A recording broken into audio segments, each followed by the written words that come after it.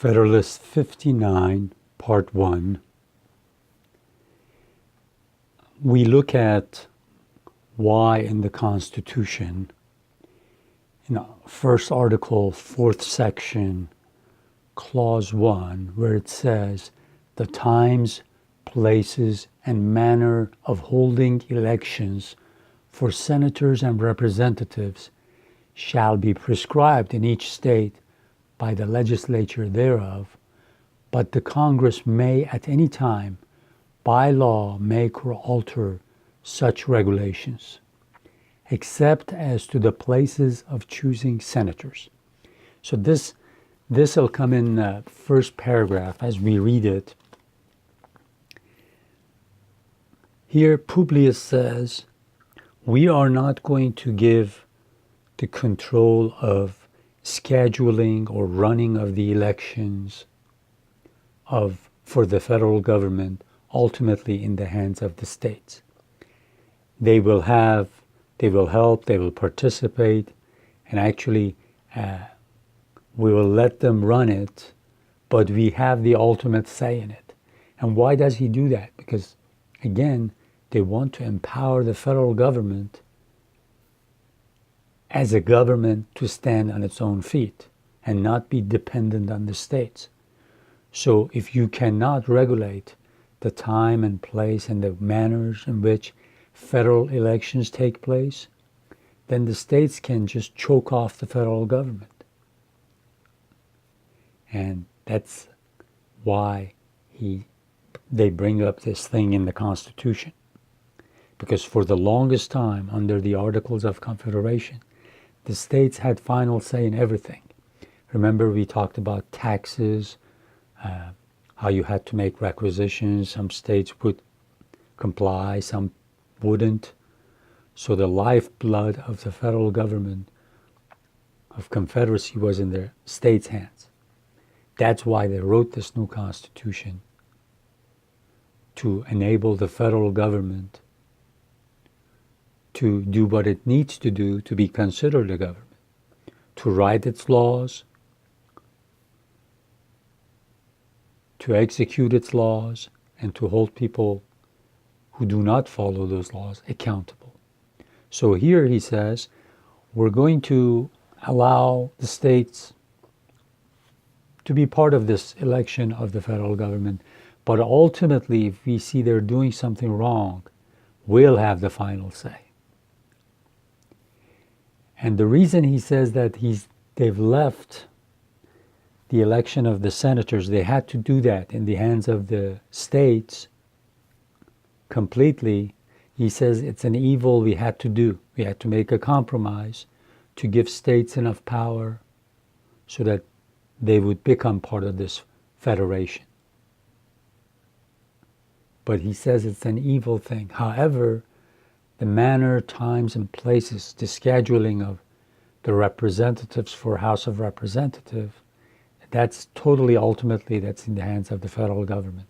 Because those elections happen once every 2 years, and if state wants to play around, even for 1 year, delay an election or do something like that, they'll throw the whole government out of balance. Yes, the state election, the senators' elections are in their hands, but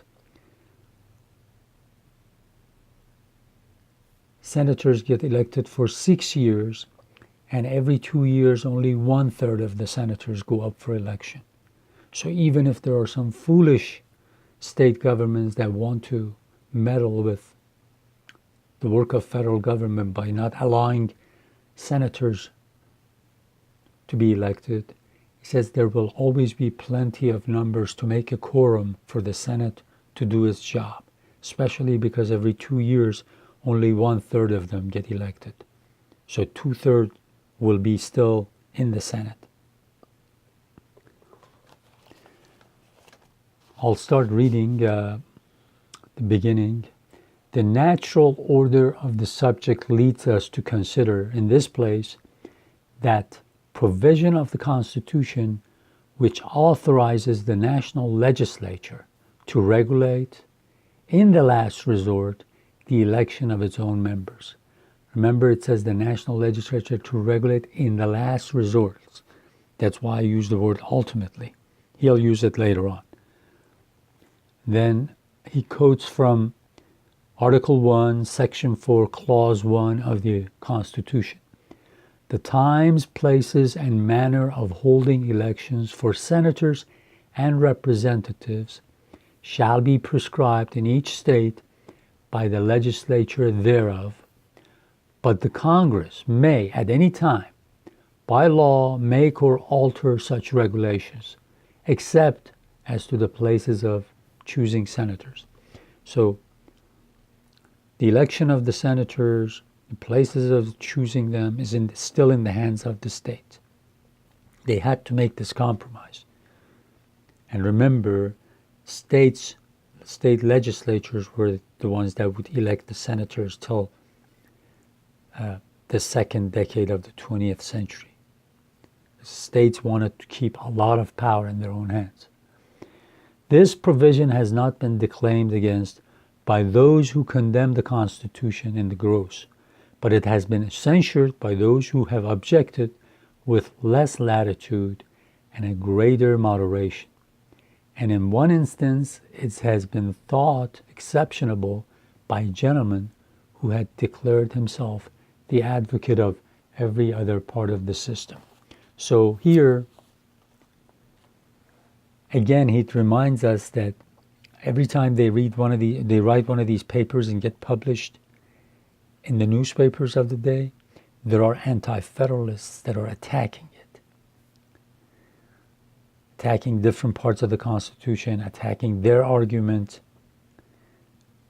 on behalf of the Constitution. So here he says, one of the gentlemen that's criticizing us is saying that at least this part he doesn't like. He thinks that the federal government can just do away with the state governments. And according to one scholar, says the person that he has in mind here in this paragraph is one of the most famous anti-federalists that went with the pen name Brutus. And some say he was the Lansing of state of New York. So keep that in mind. Every time they write a paper, there are anti-federalists coming back with arguments, attacks on them. And that's why he says the gentleman, or he refers to these anti-federalists every once in a while. Next paragraph. I'm greatly mistaken, notwithstanding, if there be any article in the whole plan more completely defensible than this. Its propriety rests upon the evidence of this plain proposition, that every government ought to contain in itself the means of its own preservation. He has highlighted this area. Its propriety rests upon the evidence of this plain proposition. This is so plain that I'm going to say it here, and everybody should know about this, that every government ought to contain in itself the means of its own preservation. Every just reasoner will, at first sight, approve an adherence to this rule in the work of the convention, and will disapprove every deviation from it which may not appear to have been dictated by the necessity of incorporating into the work some particular ingredient with which a rigid conformity to the rule was incompatible. Even in this case, though he may acquiesce in the necessity, yet he will not cease to regard the departure from so fundamental a principle as a portion of imperfection in the system, which may prove the seed of future weakness and perhaps anarchy. So we don't want to give the ultimate control, the ultimate say to the states when it comes to national elections. We've seen how states tried to block the work of Confederacy when it was not convenient for them, when it was to their detriment, not to their advantage, because they were only selfishly looking for what was best for their state and not the whole 13 states in the nation. So when it comes to the election of members of the House of Representatives, We have the ultimate say as far as scheduling, timing, places, manners. And we had to make this compromise, this evil compromise with the states, that to let them be in control of the choosing of the senators, because we wanted to allow them some power to show that this is a federal government, truly federal government. Both give life and energy to the national government, to the federal government, and at the same time not take all the powers away from the state governments.